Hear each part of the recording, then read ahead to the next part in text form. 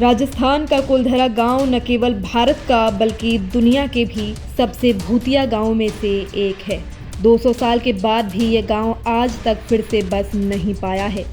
इस वीडियो के जरिए उस कहानी के बारे में जानेंगे जहां 5000 लोगों ने गांव को रातों रात खाली कर दिया था। भारत ही नहीं, अगर हम बात करें दुनिया की सबसे भूतिया जगह की तो कुलधरा का नाम सबसे ऊपर आता है। राजस्थान के जैसलमेर से 14 किलोमीटर दूर मौजूद कुलधरा गांव, जो पिछले 200 सालों से वीरान पड़ा हुआ है, भूतिया जगहों में से आता है। ऐसा माना जाता है कि इस गांव को साल 1300 में पालीवाल ब्राह्मण समाज ने सरस्वती नदी के किनारे इस गांव को बसाया था। किसी समय इस गांव में काफ़ी चहल पहल रहा करती थी, लेकिन आज ऐसी स्थिति है कि यहाँ कोई इंसान भटकने से भी डरता है और 200 सालों से इस जगह पर फिर से बसावट नहीं हो पाई है।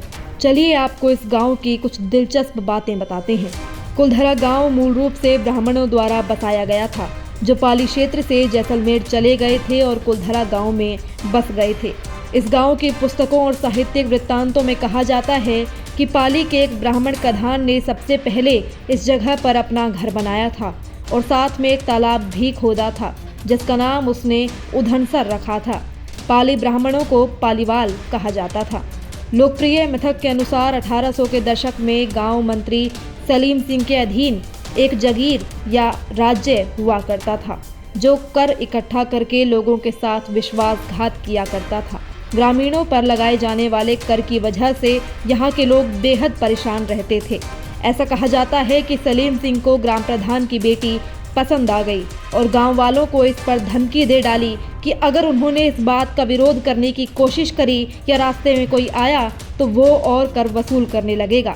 अपने गांव वालों की जान बचाने के साथ साथ अपनी बेटी की इज्जत बचाने के लिए मुखिया समेत पूरा गांव रातों रात फरार हो गया। गांव वाले गांव को वीरान छोड़कर किसी दूसरी जगह पर चले गए।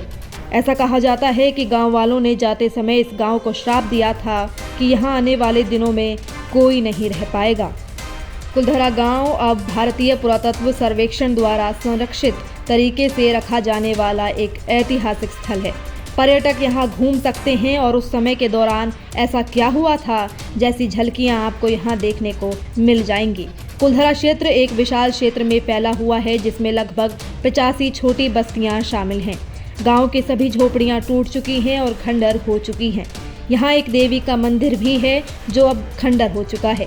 मंदिर के अंदर शिलालेख है, जिसकी वजह से पुरातत्वविदों को गांव और इसके प्राचीन निवासियों के बारे में जानकारी इकट्ठा करने में मदद मिली है। गांव में आप रोजाना सुबह 8 बजे से शाम 6 बजे तक घूमना फिरना कर सकते हैं।